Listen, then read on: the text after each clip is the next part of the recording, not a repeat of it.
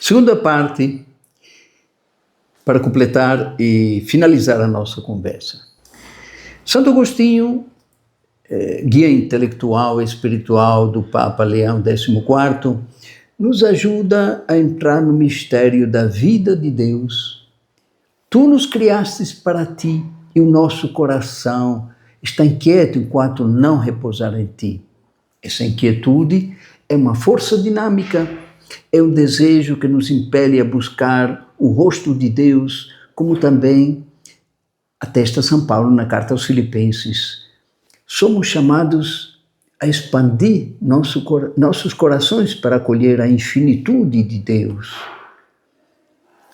Santo Agostinho usa frequentemente a imagem do vaso. Quanto mais o desejo se expande no tempo presente, maior será a bem-aventurança quando for preenchido pela presença de Deus no céu. O relacionamento que não é interrompido pela morte, mas continua na plenitude da vida eterna, onde o desejo não é anulado, mas completamente satisfeito sem nunca se esgotar. Nessa perspectiva, a vida eterna não é estática nem concluída, mas sim é uma dinâmica sempre nova de comunhão com Deus e de uns com os outros. A vida terrena não termina com a morte, mas encontra sua realização no mundo vindouro, onde os seres humanos serão plenamente capazes de Deus, mas também crescerão continuamente na descoberta de um amor que se renova cada dia. A salvação não é um bem estático a ser desfrutado, mas um relacionamento vivo, em movimento perpétuo, em direção a Deus amor. Santo Agostinho, o desejo não é uma carência, mas é uma abertura, uma espera ativa, um chamado à plenitude em Cristo ressuscitado. Se torna uma promessa concreta e um caminho compartilhado. Jesus nunca fez da lei um critério último de julgamento. Pelo contrário, suas parábolas desafiam a ideia de um Deus que distribui recompensas e castigos com base no mérito, a observância religiosa ou na pureza litoral. Nada disso. É uma inversão radical da lógica retributiva. Jesus apresenta o rosto surpreendente de Deus, ou de um pastor que, cheio de alegria, toma sobre os ombros a ovelha que procurou e encontrou e volta para casa para festejar com seus amigos, de um pai que acolhe sem censura seu filho que regressa arrependido, que perdoa o publicano antes mesmo que ele mude de vida, que chega ao ponto de elogiar o administrador desonesto por sua astúcia. A justiça de Deus, nos lembra o profeta Isaías, não é como a nossa. Não é uma justiça punitiva, mas salvadora, desarmada, compassiva, capaz de se comover com a fertilidade humana. No entanto, o Evangelho contém imagens duras, é verdade. Servos expulsos, choro e ranger de dentes, convidados excluídos, ameaçados de problemas. Mas o que devemos entender com estas passagens, Jesus não quer assustar, mas provocar. Ele não quer pintar o retrato de Deus. Ele usa deliberadamente uma linguagem exagerada para abalar nossas consciências. É mais um ato de benevolência para conosco, para evitar que nossas vidas se definhem para a mediocridade, ao invés do fascínio de uma liberdade que se transforma em assunção de responsabilidade. As parábolas são um meio, mas é a sua existência, a existência de Cristo é a nossa, que se torna uma parábola definitiva. Ninguém que encontrou Jesus foi condenado, nem a adúltera, nem o fariseu, nem o cobrador de impostos, nem o pecador público, nem o ladrão crucificado ao lado dele. Não, nunca fui condenado. Para compreender plenamente a mensagem de Jesus, devemos ler suas palavras à luz de sua vida, de seu estupendo epílogo. Para Jesus, o julgamento nunca é uma sentença, mas um apelo pessoal e sincero para que a humanidade escolha o caminho da doação e do amor. No dia da nossa morte, a liberdade humana alcançará sua realização definitiva. Toda a nossa vida, que nos parecia longa e fragmentada, nos aparecerá, então, como uma única, breve explosão da nossa liberdade, apenas diante dos nossos olhos, porque havíamos como em câmara lenta, aí será o momento em que as perguntas se transformam em resposta, a possibilidade em realidade, o tempo em eternidade, a liberdade oferecida em liberdade traduzida em ação.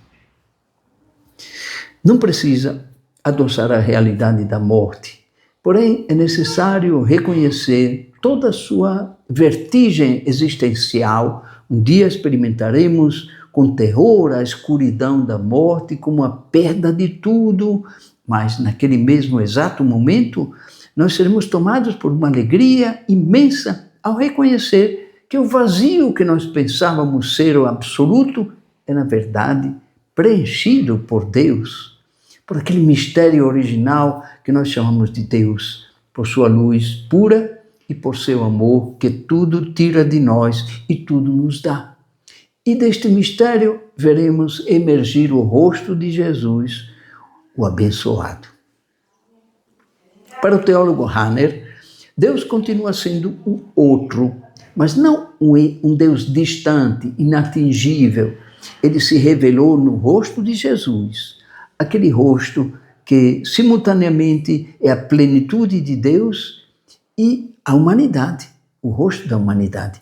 Consciente dos limites da linguagem, Rahner não pretende explicar o mistério, mas apenas, como diz ele, gaguejar algo inefável.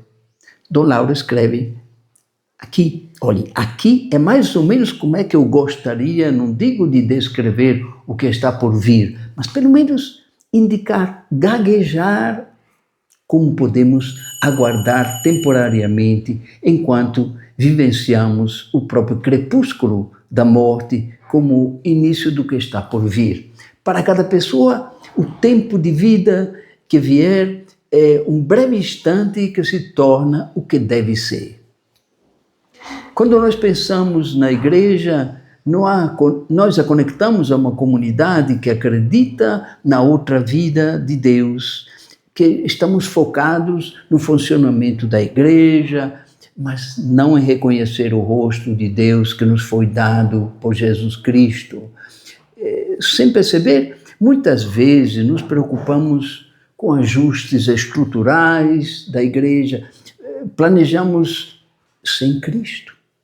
Corremos o risco de redefinir um mecanismo operacional, mas desprovido das cores da gramática de Jesus, com traços de fraqueza, e na realidade é a força de viver e morrer por alguém, de dar a vida, de ser capaz de renunciar. Creio verdadeiramente que chegou a hora de nos perguntar, afinal, que Deus eu frequento?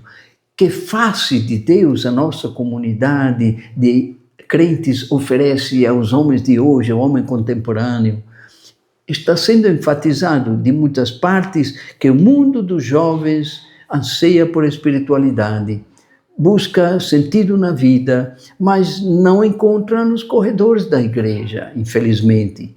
Porque ao invés de encontrar a luz de um Deus maravilhoso, da autoexpropriação e da aproximação, encontram pessoas agitadas, ansiosas, assustadas porque perderam a força do passado, envergonhados porque não são mais chamados às mesas que importam.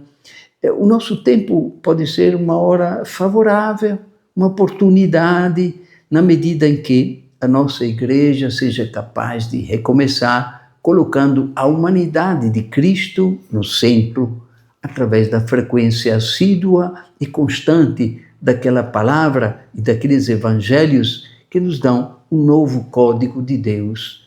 Isso já é frequentar a vida eterna que nós ansiamos. Nossa igreja está vivendo o Jubileu da Esperança. O Jubileu, ao longo da história, sempre marcou uma mudança na vida pessoal e também na vida comunitária. Deveríamos considerar as características próprias do Jubileu. A obrigação de deixar a terra descansar e, a segundo, assumir a responsabilidade por uma conduta que exige reparação. Seria uma forma de terapia espiritual que exige paciência, liberdade, a única maneira, afinal, de ensinar a descobrir, antes de tudo, dentro de nós mesmos e no contexto em que somos chamados a viver, descobrir os momentos e os lugares de esperança em que estamos imersos todos os dias. Em última análise, isso seria a maneira de cultivar a vida eterna que já está em nós, que já começou em nós. Amém.